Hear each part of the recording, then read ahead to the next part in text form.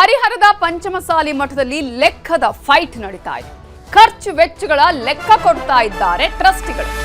ಲೆಕ್ಕ ಮಂಡನೆ ಮಾಡಿದ್ದಾರೆ ಪ್ರಧಾನ ಧರ್ಮದರ್ಶಿ ಉಮಾಪತಿಯವರು.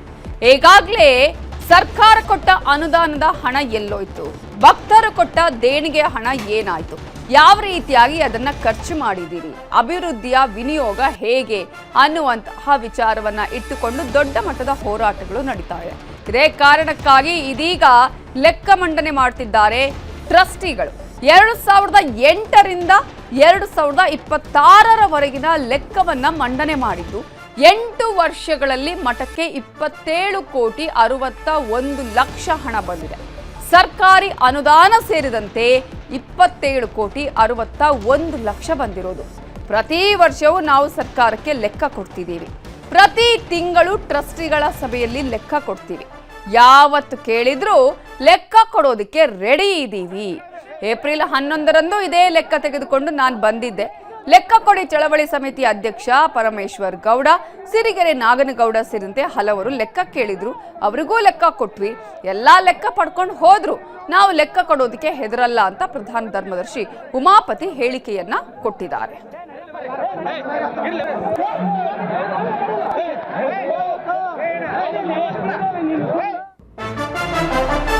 2021ರಲ್ಲಿ ಸರ್ಕಾರ ಈ ಮಠಕ್ಕೆ 10 ಕೋಟಿ ಅನುದಾನವನ್ನ ಕೊಟ್ಟಿದೆ.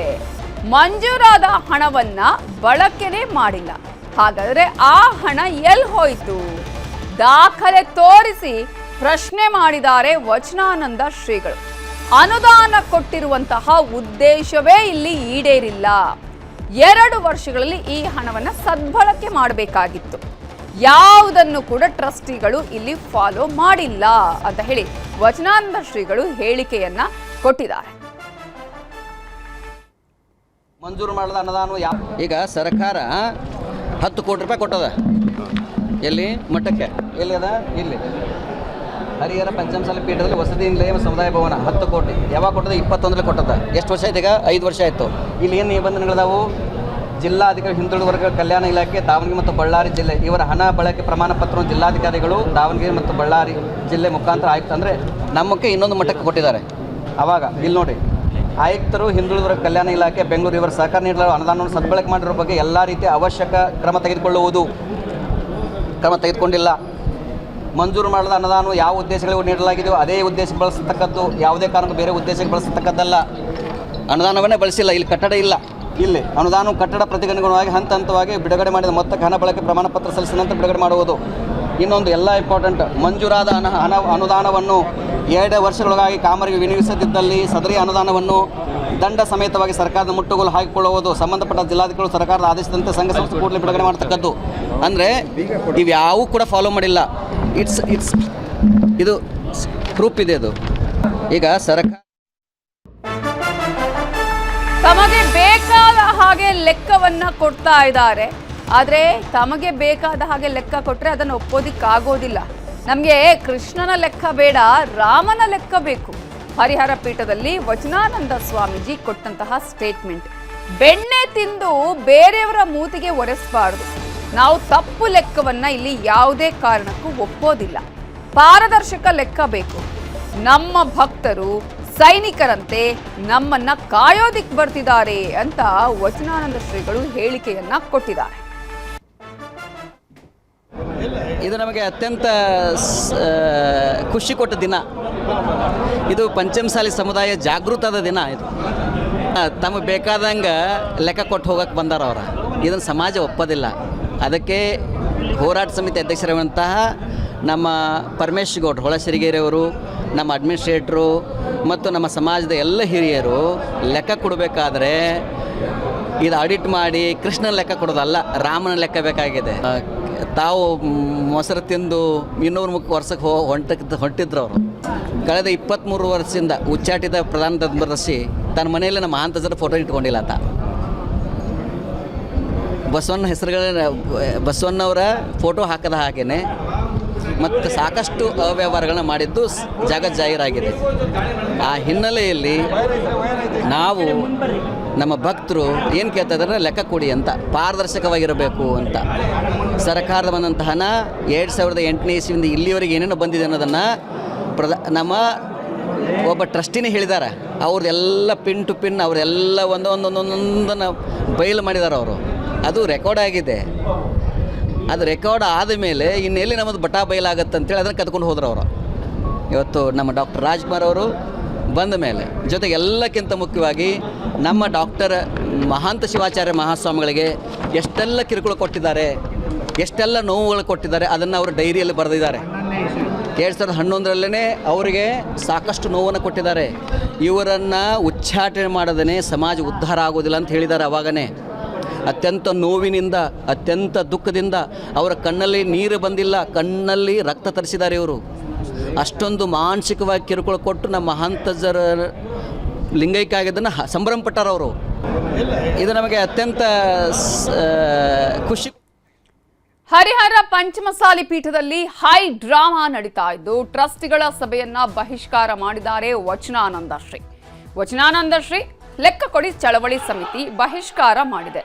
ಉಮಾಪತಿ ಕಳ್ಳ ಕಳ್ಳ ಅಂತ ಹೇಳಿ ಶ್ರೀಗಳ ಪರ ಭಕ್ತರು ಕೂಗಿದ್ದಾರೆ. ಸ್ವಾಮೀಜಿ ಮಠ ಬಿಡಲ್ಲ ಅಂತ ಭಕ್ತರು ಕೂಗಿದ್ದಾರೆ. ಟ್ರಸ್ಟಿಗಳೇ ಇಲ್ಲಿಂದ ಹೊರ ಹೋಗ್ಲಿ ಅಂತ ಹೇಳಿದ್ದಾರೆ ಭಕ್ತರು. ಟ್ರಸ್ಟಿಗಳು ಹಾಗೂ ಭಕ್ತರ ನಡುವೆ ವಾಕ್ ಸಮರವೇ ನಡೆದಿದೆ.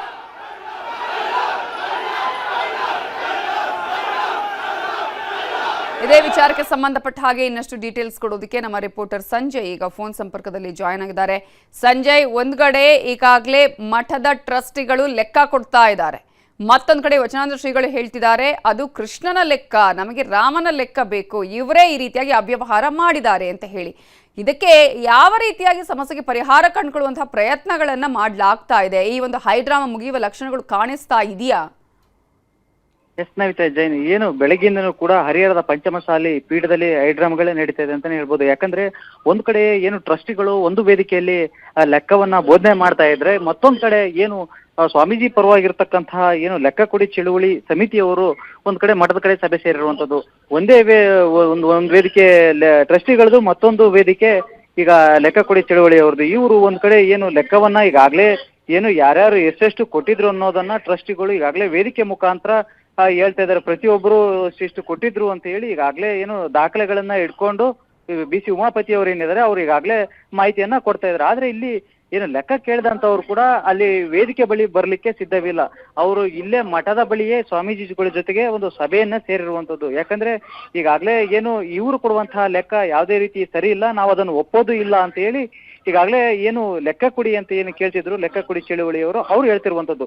ಆದ್ರೆ ಎಲ್ಲ ಒಂದ್ ಕಡೆ ಸ್ವಾಮೀಜಿಗಳು ಕೂಡ ಏನು ಮಾತನಾಡುವಂತ ಸಂದರ್ಭದಲ್ಲಿ ಕೆಲವೊಂದಿಷ್ಟು ದಾಖಲೆಗಳನ್ನ ತೋರಿಸಿ ಏನು ಸರ್ಕಾರ 10 ಕೋಟಿ ಅನುದಾನ ಬಂದಿತ್ತು, ಈ ಅನುದಾನ ಇದುವರೆಗೂ ಎಲ್ಲೂ ಕೂಡ ಲೆಕ್ಕ ಇಲ್ಲ, ಎಲ್ಲಿ ಹೋಗಿದೆ ಅನ್ನೋದನ್ನ ಪ್ರಶ್ನೆಯನ್ನು ಕೂಡ ಸ್ವಾಮೀಜಿ ಅವರು ಮಾಡಿರುವಂತದ್ದು. ಹೀಗಾಗಿ ಯಾರು ಪ್ರಶ್ನೆಯನ್ನ ಮಾಡ್ತಾರೋ ಅಂತವ್ರನ್ನ ಬಹಿಷ್ಕರಿಸುವಂತ ಕೆಲಸವನ್ನ ಈಗ ಟ್ರಸ್ಟಿ ಅವರು ಮಾಡ್ತಿದ್ದಾರೆ. ಹಿಂದೆ ಇದ್ದಂತಹ ಮಾಂತಾ ಸ್ವಾಮೀಜಿಗಳು ಕೂಡ ಸಾಕಷ್ಟು ಹಿಂಸೆಗಳನ್ನ ಕೊಟ್ಟು ಅವ್ರನ್ನ ಮಠ ಬಿಡಿಸುವಂತ ಕೆಲಸಗಳನ್ನ ಆಯ್ತು ಅನ್ನೋ ಒಂದು ಮಾತನ್ನ ಈಗ ವಚನಾನಂದ ಶ್ರೀಗಳು ಹೇಳೋದು. ಹೀಗಾಗಿ ಏನು ಎರಡೂ ಬಣದವರು ಕೂಡ ಸಾಕಷ್ಟು ಹೈಡ್ರಾಮಾಗಳನ್ನ ಮಾಡ್ತಾ ಇದ್ದಾರೆ. ಒಂದು ಕಡೆ ಇಲ್ಲಿ ಲೆಕ್ಕ ಕೊಡ್ತಾ ಇದ್ದಾರೆ, ಮತ್ತೊಂದಷ್ಟು ಕಡೆ ಕೆಲವೊಂದು ಕಡೆ ಘೋಷಣೆಗಳು ಕೂಡ ಕೂಗ್ತಾ ಇದ್ದಾರೆ. ಏನು ಏಕೈಕಿ ಲೆಕ್ಕ ಕೊಡುವಂತ ಸಂದರ್ಭದಲ್ಲಿ ಏನು ಲೆಕ್ಕ ಕೇಳುವ ಒಂದು ಬಣ ಏನಿತ್ತು, ಆ ಬಣ ಏಕಾಏಕಿ ಗೇಟ್ನಿಂದ ಬಂದು ಮಠದ ಒಳಗಡೆ ಬರ್ತಿದ್ದಂತೆ ಒಂದಿಷ್ಟು ಘೋಷಣೆಗಳನ್ನು ಕೂಗ್ತಾ ಬರ್ತಾರೆ. ಅದಾದ ಬಳಿಕ ಎರಡೂ ಬಣಗಳ ನಡುವೆ ಒಂದಿಷ್ಟು ವಾಗ್ವಾದಗಳು ನಡೆಯುತ್ತೆ. ಅದಾದ ಬಳಿಕ ಏನು ಪೊಲೀಸರು ಮಧ್ಯ ಪ್ರವೇಶಿಸಿ ಇಬ್ಬರನ್ನು ಕೂಡ ಸಮಾಧಾನ ಪಡಿಸ್ತಾರೆ.